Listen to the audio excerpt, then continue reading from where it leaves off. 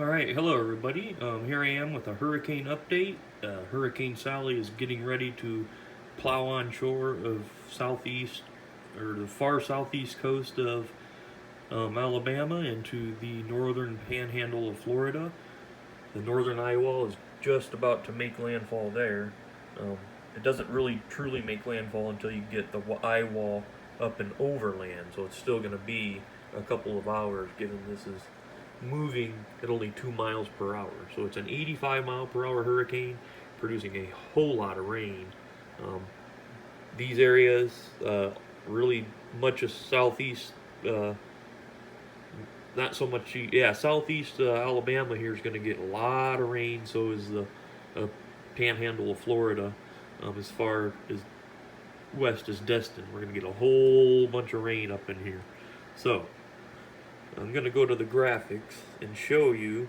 This is the current radar right now, but you can see how it's barely moving north. It's moving north at 2 miles per hour. North northeast at 2 miles per hour. 85 mile per hour sustained maximum sustained winds. Pressure down to 972. It remains a Category 1 hurricane. It could strengthen a little bit. I think it's going to still be a Category 1 at landfall. There is a slight possibility it could be a very low Cat 2. Either way, it's not going to matter. The rain is the main concern. The winds also are going to be an issue, especially in a small concentrated area across southeast Alabama in the cone there, and also around Pensacola. You could see the eye wall. Pensacola, be aware of that. You could see 85 mile per hour sustained winds with gusts over 100 miles per hour possible. And like I'm talking about, the rain, you can see across southeast coast of Alabama there into the panhandle of Florida.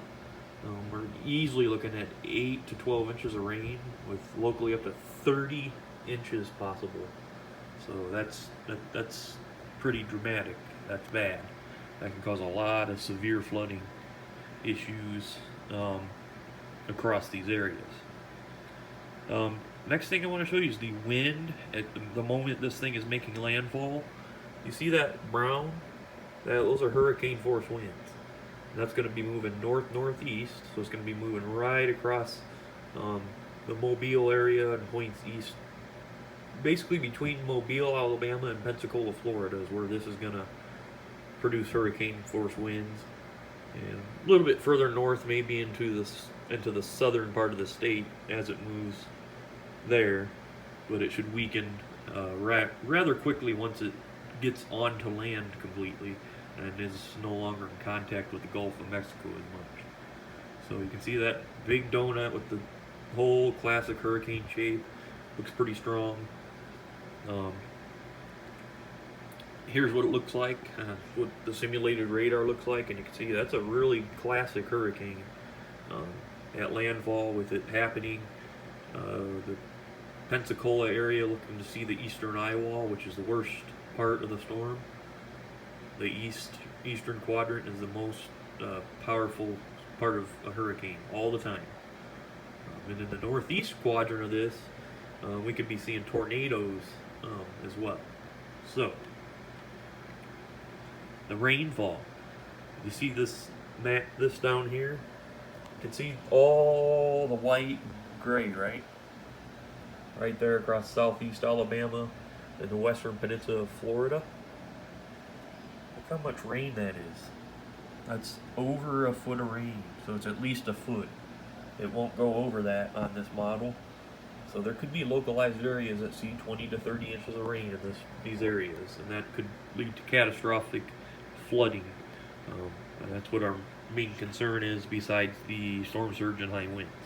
Storm surge only looking like about 6 to 8 feet highest, and that looks like it's going to happen along the coast of Florida for the most part.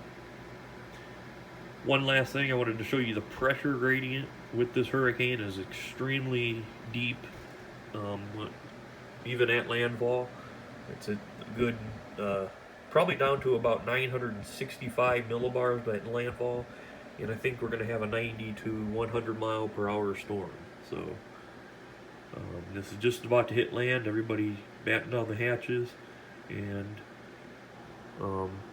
please stay safe. All right, thank you. Everybody have a great evening.